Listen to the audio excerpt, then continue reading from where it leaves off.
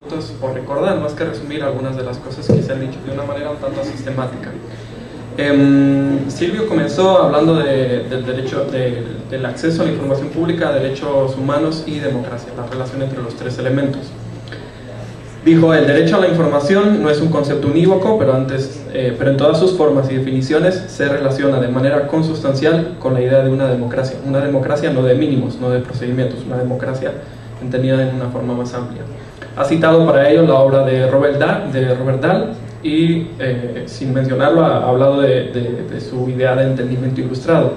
También ha citado a Bobbio cuando asegura que la democracia es el régimen del poder visible, el poder público en público. Además, ha planteado la existencia de ciertos resabios con respecto al acceso a la información pública en Guatemala, a partir de la idea de que los legados autoritarios no se abrieron a la democracia, sino que fueron arrastrados a ella. Eso condicionó, ha dicho, el diseño y el ejercicio de la ley de acceso a la información pública que tenemos actualmente. Pese a todo, el grado de apertura informativa se ha convertido en un indicador de calidad democrática y calidad de vida. El derecho de acceso está vinculado con la soberanía de los ciudadanos para tomar decisiones informadas, autónomas, que son clave para hablar de democracia. Un sistema, lo cito, un sistema en el que se tiene derecho a tener derechos. El derecho de acceso a la información pública es en esencia un modelo, de democracia. El derecho de acceso a la información pública es esencial en un modelo de democracia en el que los ciudadanos no solo son titulares del poder y lo delegan, sino que además también lo ejercen. Rosa María Bárcenas, en su exposición acerca de acceso a la información pública y seguridad, nos ha recordado que a menudo va a haber colisiones o fricciones o roces entre los discursos de seguridad y los discursos de acceso a la información pública, y que siempre existirán intentos de amedrentar de parte de quienes manejan los discursos de seguridad a aquellos que pretenden ampliar el ámbito de la información pública, o ampliar o restringirse a lo que está definido como el ámbito de la información pública. Pero nos recuerda que existen mecanismos para defenderse ante esos embates. La ley y las convenciones de derechos humanos, las convenciones internacionales, son los principales y establecen criterios muy claros. Tres de los que he mencionado son el de la temporalidad, el de la previsión legal y el del interés público. Los conflictos deben resolverse siempre sopesando el interés público. En caso de que haya dos elementos de interés público en conflicto, pues el que más.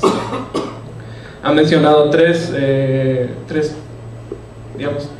elementos o tres conceptos a tener en cuenta, que son el de seguridad nacional, defensa nacional y seguridad pública, que todavía no se ha logrado definir y delimitar claramente, y ha hablado de 4 desventajas de clasificar la información. La primera es que clasificar la información impide a la sociedad información relacionada con seguridad, impide a la sociedad conocer sus riesgos y la hace más vulnerable. La segunda es que dificulta la coordinación entre las instituciones, y puso el ejemplo de la creación del Homeland Security de Estados Unidos. La tercera es que genera suspicacias entre la población y entre las mismas instituciones. Y la cuarta es que el Estado se vuelve más proclive a violar los derechos humanos porque no tiene quien revise sus actuaciones. Julio, por último, nos ha hablado de la relación entre acceso a la información pública y el uso de los recursos públicos, y ha, digamos que, sobrevolado la idea de transparencia en toda su exposición. Ha dicho que la ley de acceso a la información pública, que se aprobó en el año, creo que 2008, ha dinamizado la transparencia activa del Estado y también la transparencia pasiva, la transparencia activa como la información de oficio y la pasiva como las solicitudes de información. Ha relacionado estos avances con la imagen internacional de Guatemala ante organismos económicos y financieros como la OCDE, el FMI, y ha dicho que la transparencia no se compone únicamente de la idea de mostrar información, sino que además la integran otros 4 elementos, como son la rendición de cuentas, la calidad del gasto y el combate a la corrupción. Nos ha dicho que podemos fiscalizar esencialmente 3 ámbitos que son las políticas públicas, el presupuesto y el personal, y luego agregados algunos otros elementos más micro, como las decisiones que conducen a esas políticas públicas o al uso del presupuesto, la burocracia y la administración.